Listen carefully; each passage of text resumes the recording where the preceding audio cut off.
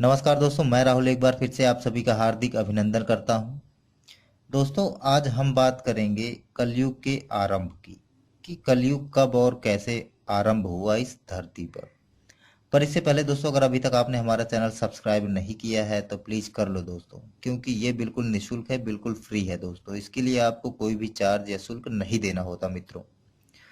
और इसका एक फायदा यह भी है दोस्तों कि मैं जब कभी अपने YouTube चैनल पर ऐसे रोचक तथ्य या पौराणिक कथा अपलोड करूंगा तो ये सर्वप्रथम आपके पास पहुंचती है मित्रों, बिना किसी रुकावट या व्यवधान के।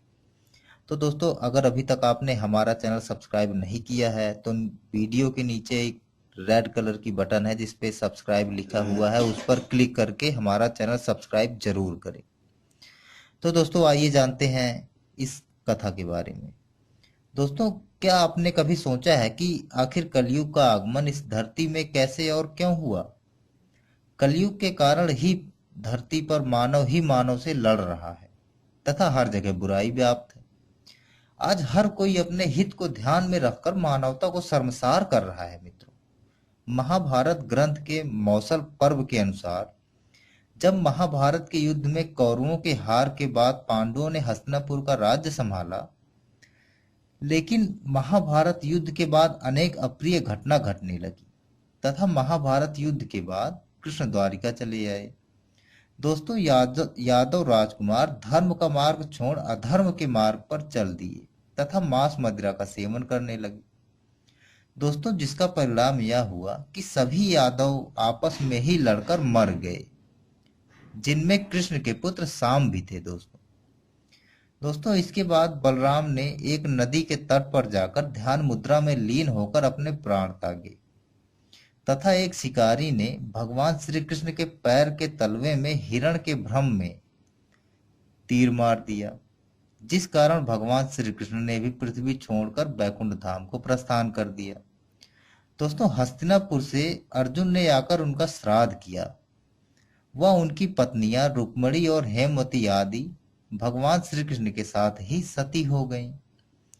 दोस्तों, वहीं पांडव भी स्वर्ग सिधार गए तथा संपूर्ण राज्य पांडवों के बाद उनके वंशज राजा परीक्षित के हाथ में आ गया। दोस्तों, वह स्वभाव से बहुत ही सीधे और दयालु थे तथा धर्म का अनुसरण करते हुए राज्य चलाने लगे। दोस्तों, एक दिन उनके पास कलयुग आया तथा उनके विनम्र भाव का फायदा उठाते हुए उनसे अपने रहने के लिए स्थान मांगा।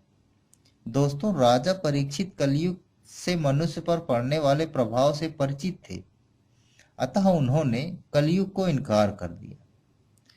परंतु कलयुग रोने बिलखने लगा दोस्तों, तथा उनकी दान वीरता की गाथा गाने लगा।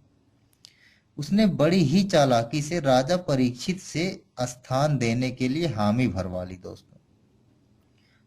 तब राजा परीक्षित ने कहा कि तुम सिर्फ उन लोगों के मन में निवास कर सकते हो जो लोभ, क्रोध और काम वासना के अधीन हो। दोस्तों, कलयुग ने तुरंत ही हामी भर दी, परंतु राजा राजा परीक्षित उसकी चालाकी को ताड़ नहीं पाए। फिर तो कलयुग ने बहला फुसला कर सबके मन में राज किया। दोस्तों, काल सर्प दोष होने के कारण राजा परीक्षित की मृत्यु हो गई, जिसके बाद कलयुग को कोई नहीं रोक पाया दोस्तों। और बिना किसी तय सीमा के कलयुग युगों युगों से यही निवास कर रहा है दोस्तों, सबके मन में, सबके धारणाओं में मित्रों। मित्रों, अगर आपको ये रोचक तथ्य अच्छे लगे हैं तो हमारा चैनल सब्सक्राइब जरूर करें और साथ में लाइक और कमेंट तो करें ही करें, क्योंकि आपके सुझाव की हमें बहुत ज़्यादा ज़रूरत है। इसी के साथ मैं राहुल आपसे विदा लेता हूँ। नमस्कार, शुभ रात्रि।